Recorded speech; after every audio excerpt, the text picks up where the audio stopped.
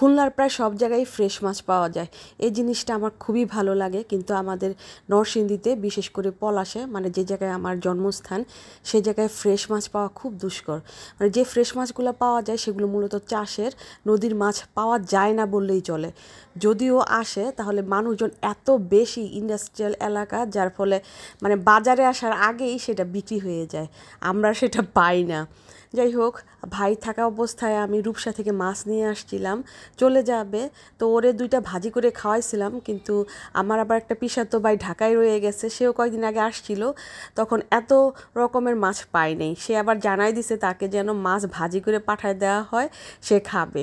এখন ঢাকায় যদি আমি মাছের তরকারি রান্না করে পাঠাই তাহলে নষ্ট হয়ে যাওয়ার সম্ভাবনা বেশি, তাই ভাবলাম একদম ফ্রাই করে পাঠাই, তাহলে অনেকক্ষণ থাকবে, 6-7 ঘন্টার মধ্যে মানে লাগবে আর কি। ও বিভিন্ন কাজ করে পোষাইতে একদম 6-7 ঘন্টা লাগবে। মাছের মধ্যে হলুদ, লবণ আর শুকনো মরিচের গুঁড়া এই দিয়ে মাছগুলো একদম সুন্দর করে এপিট উপিট ভাজি করে দিয়েছি। যত রকমের মাছ ছিল, ভুলাই ছিল অনেক রকমের মাছ, ভাঙান মাছ, তারপর লইট্টা মাছ, মানে যত রকমের মাছ ছিল সবগুলা মাছই দুইটা দুইটা করে একদম ভেজে, সুন্দর করে কড়া করে ভেজে তারপরে পাঠিয়ে দিছি বক্সে করে। এই যে দেখেন, যে মাছগুলো কিনেছিলাম প্রায় 8-9 কেজি মাছ, সেইগুলা কেটে কুটে ধুয়ে পরিষ্কার করে রাখছি। এখন সেগুলা পলিথিনের মধ্যে রাখবো, রেখে ডিপে রেখে দিব। একদম পিঠটা শেষ। বড় মাছ হইলে হয়তো পাঠাই দিতাম বাইরে কাটার জন্য, আর দুপুরবেলা নিয়ে আসছি তো এইগুলো আমার ফ্রিজে রাখার জায়গাও নাই। যদি আর 2-3 ঘন্টা এইভাবে রাইখা দেয় এগুলো নষ্ট হয়ে যাবে। সাগরের মাছ দ্রুত নষ্ট হয়ে যায়, সেজন্য বাধ্য হয়ে মাছগুলো নিজেই কাটতে হয়েছে। আর কাইটা পিঠের অবস্থা 12টা বেজে গেছে। এই যে দেখেন, মাছগুলো সুন্দর করে ভেজে দিচ্ছি। ওই যেগুলো একটু তৈলাক্ত মাছ সেইগুলো কোনোভাবেই আস্তে আস্তে রাখতে পারতেছিলাম না, ভেঙে যাচ্ছিল, বিশেষ করে বড় বড় ভোলা মাছগুলো।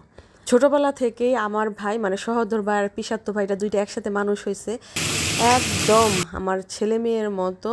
মানে স্বর্ণের মাপে মাইপা ওরা মাছ মাংস নিত, কে কোন মানে কতটুক বড় পাইছে, মানে একজন আরেকজনের ছাড় দিত না, মানে একজন আরেকজনের থেকে বেশি নেওয়ার চেষ্টা করতো। একদম তরকারি ঘুইটে হইলো, মানে তারা বড়টা নিবে, কিন্তু শেষ পর্যন্ত থেকে কিন্তু নিজেরা খাইতো না, দেখা যেত বিড়ালে খাইতো। তারপরও দুজনের পাতে সবচেয়ে বড়গুলা থাকতে হবে।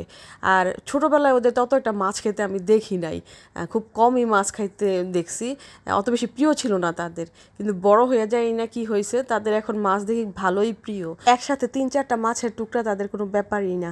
যাই হোক, যখন খুলনায় বড় বড় মাছ বা ওদের প্রিয় মাছ মাংস রান্না করি তখন খুব খারাপ লাগে। এত দূরত্ব, ঢাকা টু নরসিংদী ময়মনসিংহ, তো মাছগুলো ভাজি করে পাঠাই দিছি, খাবে। এটা যে কি শান্তি বলার মতো না। ঢাকায় পৌঁছানোর পর 2 ভাই মিলেমিশে খাচ্ছে, দেখেও শান্তি লাগে। যাই হোক, আজকে এই পর্যন্তই। সবাই ভালো থাকবেন, সুস্থ থাকবেন, আর আমাদের জন্য অনেক অনেক প্রার্থনা করবেন।